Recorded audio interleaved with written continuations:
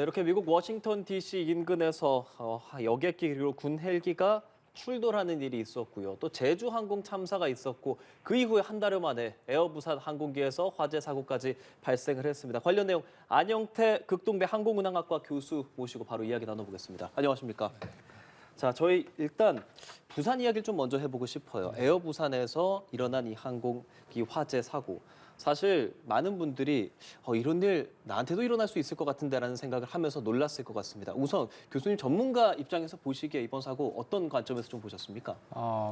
요즘 현대인들의 필수품목인 많은 전기 전자기기에 예. 사용되는 그 배터리 중에서 보조 배터리의 휴대를 늘상 통상적으로 많이 하고 있는데 그러한 것으로 인해서 보조 배터리에서 얼마든지 화재의 또는 폭발의 가능성은 앞으로도 계속 발생될 수 있다고 봅니다. 예.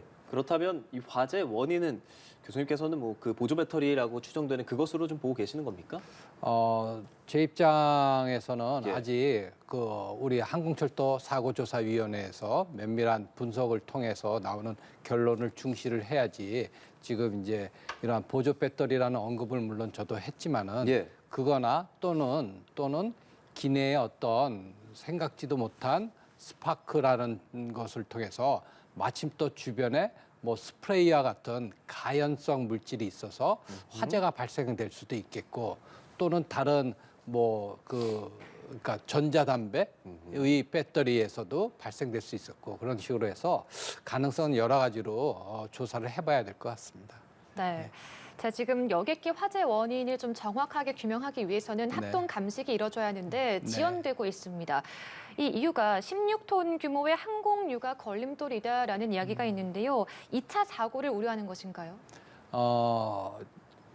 엄청난 화재로 인해서 그 어떤 가연성 가스가 연료 탱크에 남아 있다면은 그러한 연료 탱크를 또 여는 데 있어서 정전기나 아니면 스파크 같은 것이 발생이 된다면은 강한 폭발의 가능성도 배제할 수 없기 때문에 여러 가지 현장 또 항공기 상태를 최대한 보존하는 상태에서 조사가 이루어져야 되겠지만 연료를 없애는 상태가 요구가 된다면 그거에 대한 사전 준비를 한 연후에 이렇게 시도해야 되지 않을까 생각이 됩니다. 네, 그 16톤 규모의 항공유를 다 빼내는 데는 24시간 정도가 걸린다라고 지금 알려지고 있는데 이렇게 처리가 어려운 이유는 무엇인가요? 그거는 현재 정상적으로 작동되는 퓨얼 펌프 같은 것이 화재로 인해서 작동에 제한을 받기 때문에 그것을 다른 방법으로 이렇게 연료를 이제 디퓨얼링을 해야 되는 절차를 수행하기 때문에 시간적으로는 많이 소요될 듯합니다. 네. 그럼 지금 저렇게 주변에 물론 저것은 이제 화재가 났을 때 화면을 저희가 보여드리는 것이기는 하지만 지금은 저희가 그 전에 보여드린 것처럼 지붕이 뭐 다 타버린 그런 상황이지 않습니까? 지금은 주변에 접근하는 데 있어서 특별하게 뭐 문제가 있다거나 위험이 있다거나 한 상황은 아닌 겁니까? 그렇죠. 외부적으로는 전혀 문제가 없고요. 예. 내부 연료 탱크 내에 어떤 폭발성 가스에 차 있는 상태가 이제 조심스럽게 조사돼야 되고 외부는 많은 화재 진압으로 인해서 또 외부의 그 온도상 현재는 문제는 없다고 보여집니다. 합동 감식이 그 말씀하신 것처럼 항공유를 뺀 뒤에 진행이 돼야 될 겁니다. 어떤 식으로 진행이 돼야 된다고 보세요? 사고 발생 부위부터 해서 이러한 화재를 야기시킨 직접적 물체가 무엇인지를 조사를 해야 되는데 많은 부분이 전소가 됐기 때문에 화재 전문 감식반의 입장에서도 조사하기는 매우 어려울 듯 보입니다. 이게 그런 것들이 원인이 뭐다라고 나오기까지는 어느 정도의 시간이 필요할까요, 교수님? 글쎄요, 시간적으로는 예를 들어서 그 주변에 짐을 올렸던 승객분들 입장에서 나는 어떠한 물건들을 또는 보조 배터리를 또는 그 전자 담배 등 아니면 심하게 그 충격을 본의 아니게 떨어뜨렸던 랩탑을 거기에다 이렇게 그러니까 외부의 어떤 물리적 충격이나 또는 과부하, 과전압 또는 과방전 등으로 인해서 이러한 배터리들은 화재의 가능성 또는 폭발의 가능성이 발생될 수 있는데 그러한 것을 놓다라는 어떤 진술이 좀 확보가 된다면은 좀 더 접근이 쉬워질 수가 있겠죠. 그렇지만 승객들 입장에서 그런 것을 또 함부로 쉽게 발설하기도 좀 어려운 입장일 듯합니다. 저희가 지금 원인으로 지목되는 것이 보조 배터리인 것으로 보인다 정도로는 이야기했지만 사실 네. 말씀하신 것처럼 예. 완벽하게 지금 규명이 된 것은 아니기 때문에 네. 그래도 어느 정도 확실해 보이는 것은 네. 전자와 관련된 것이다 정도는 보이거든요. 이런 네. 류의 사고들 어느 네. 정도 흔하다고 볼 수 있습니까? 어떠한 것보다도 이러한 그 배터리 같은 것으로 인해서의 화재나 또는 작은 폭발 같은 것의 가능성이 기존에도 많이 보여졌기 때문에 확률적으로는 매우 높은 편이죠. 근데 이게 다들 사실 우리 시청자분들도 다 네. 비행기 타 보셔서 알았겠지만 네. 보통 보조 배터리를 네. 수화물로 맡기면은 막 네. 방송도 나가고 찾아가라 그래서 기내에 들고 타야 되는 상황이 네. 되잖아요. 네. 근데 지금 기내에 들고 타는데 이런 일이 발생했단 말이죠. 물론 네. 보조 배터리라고 확신할 수는 없지만 네. 이 부분은 어떻게 봐야 되는 겁니까, 교수님? 화물을 예.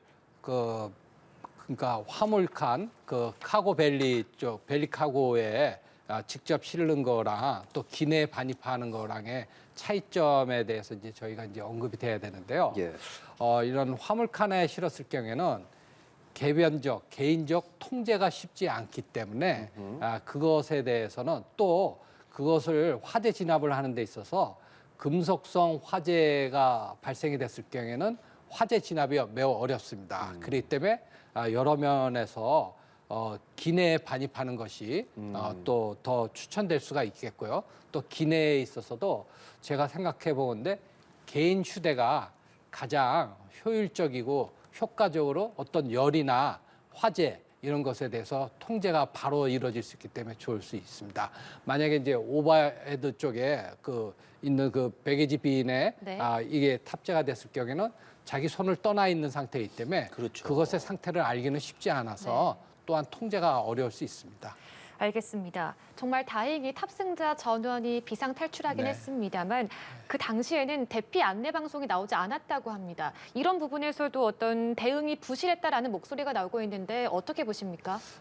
그거는 먼저 그거에 대한 제가 이제 답변을 드리기 전에 예. 모든 운항 승무원 및 특히 객실 승무원 분들의 첫 번째 임무는 승객들의 안전과 또 안전이 확보된 대피입니다. 그렇기 네. 때문에 그것에 대해서 꾸준히 많은 교육과 훈련을 받아온 분들이 바로 객실 승무원 분들입니다. 그렇죠. 그렇기 때문에 객실 승무원 분들은 승객들에게 어떤 서비스를 제공하는 것은 부차적인 임무입니다.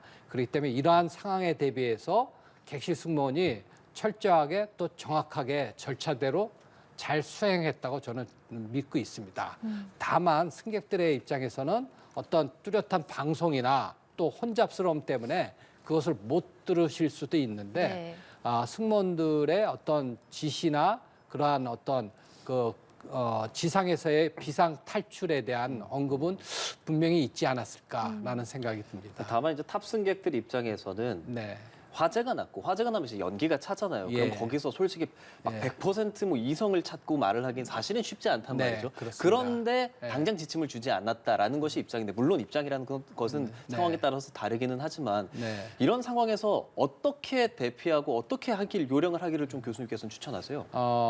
첫 번째이자 모든 면에 있어서 승무원의 지시를 철저히 따라 주십사라는 것입니다. 네. 승무원들은 승객의 안전 대피를 위해서 최대한 노력을 당연히 하지만 외부 상황이 만약에 왼쪽 엔진에 화재가 발생이 됐는데 그쪽 비상구를 열어서 탈출을 임의적으로 한다면 예. 훨씬 더 위험한 상황일 뿐 아니라 엔진이 작동되는 상태 하에서 만약에 앞쪽이나 뒤쪽 문을 통해서 비상구를 통해서 탈출을 하지 않고 중간에 있는 비상구를 통해서도 탈출을 하게 된다면 작동되는 엔진을 통해서 본인의 상해가 발생될 수 있으니까 네. 승무원들은 외부 상황이 어떤지를 면밀하게 분석을 한 다음에 어느 쪽으로 비상 탈출하십시오.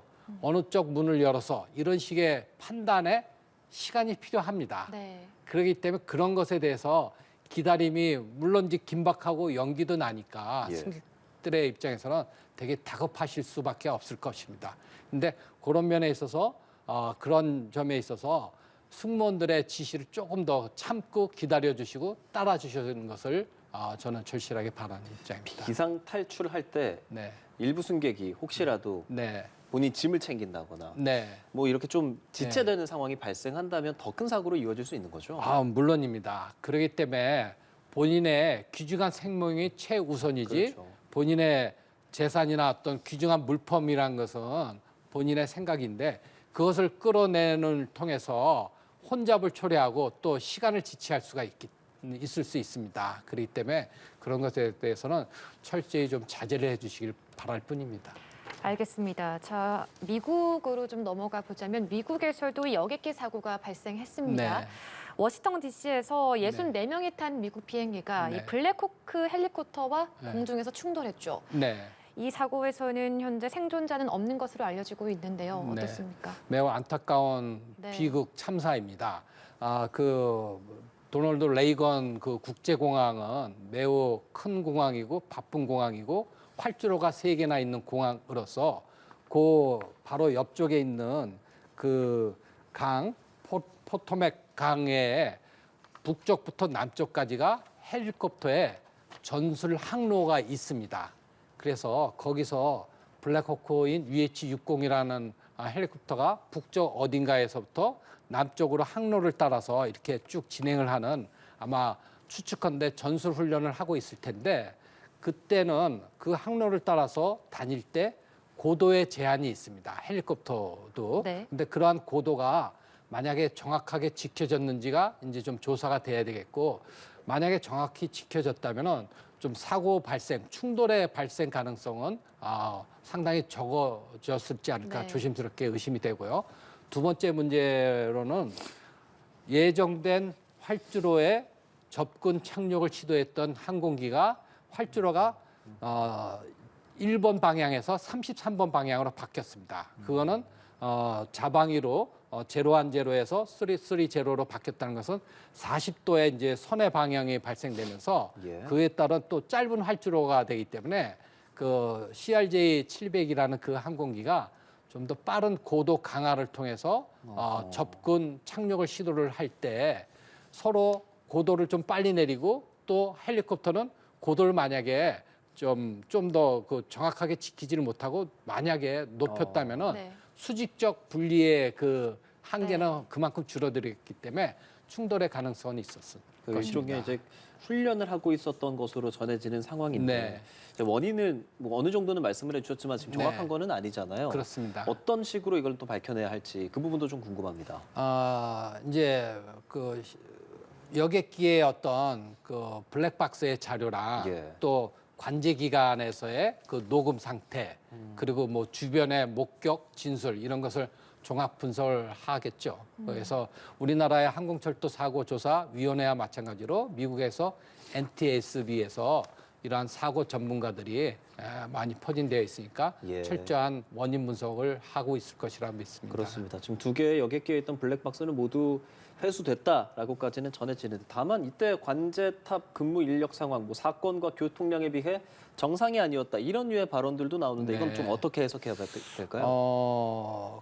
미국의 그 교통 관제 기관의 전문 인력의 어떤 확충이나 상태들은 저희가 쉽게 판단할 수가 없기 때문에 뭐 그러한 멘트가 비평이 나온다면 그만큼 어떤 전문 인력의 어떤 부족이나 많은 워크로드로 인해서 이런 과부하로 인해서 이런 원활한 통제가 이루어지지 않았을까라는 것도 조심스럽게 의심이 됩니다. 알겠습니다. 참 안타까운 일들이 일어나고 있습니다. 특히나 우리 국민들에게는 얼마 전에 일어났던 제주항공 사고 때문에라도 더 이번 사고도 와닿는 상황인데 그 제주항공 얘기 잠깐 좀 짚어보자면 지금 국토교통부 항공철도사고조사위원회가 현장 조사 결과 그 예비 보고서를 발간을 했습니다. 어떤 내용이 좀 담겨 있습니까? 예비 보고서는 뭐 저희도 아직 철저하게 분석은 이제 못했는데요.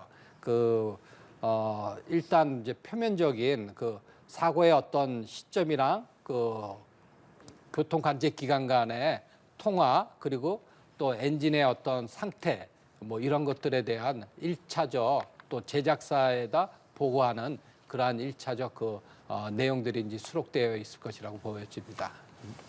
예, 알겠습니다. 4월까지 항공 안전 혁신 대책을 마련할 계획이다라고 네. 밝힌 상황입니다. 어떤 부분이 가장 중점적으로 밝혀져야 된다고 보십니까? 제 개인적인 생각으로는 우리나라가 결코 뒤지지 않을 세계적인 항공 안전 강국입니다. 근데 이렇게 큰 참사를 이제 당한 입장에서 본다면은 4월까지의 어떤 이러한 종합 대책을 만드는 것은 그만큼 매우 복잡하고 엄정한 그러한 절차를 수립을 하겠다는 건데 좀 더 시간을 갖고 좀 더 많은 다양한 의견을 듣고 또 항공사의 입장, 공항공사의 입장, 또 학계 전문가의 입장들을 많은 포럼이든 공청회를 통해서 예. 수렴을 해서 좀 더 국민들께서 양보해 주시고 기다려 주신다면 예를 들면 약 1년 동안에 많은 조사 연구와 이 수립 행정 절차를 통해서 보다 완벽한 절차를 급조되지 않은 많은 시간을 투여해서 보다 철저한 그 대책을 수립하는 것이 낫지 않을까. 즉 무엇보다도 가장 중요한 것은 안전에 대한 철저한 대비에 맞는 절차인데 이러한 것이 항공산업에 어마어마한 위축을 가져오거나 아니면 또 그 많은 사용 승객들의 제약을 초래하지 않는 범주 내에서 종합 안전 대책을 세운다면 좀 더 많은 시간이 요구되어지지 않을까 생각이 됩니다. 예, 에어부산 항공기, 제주항공 모두가 잘 조사가 돼서 다시는 이런 일이 좀 반복되지 않았으면 좋겠다는 말씀 드려봅니다. 안영태 극동대 항공운항학과 교수와 함께했습니다. 고맙습니다.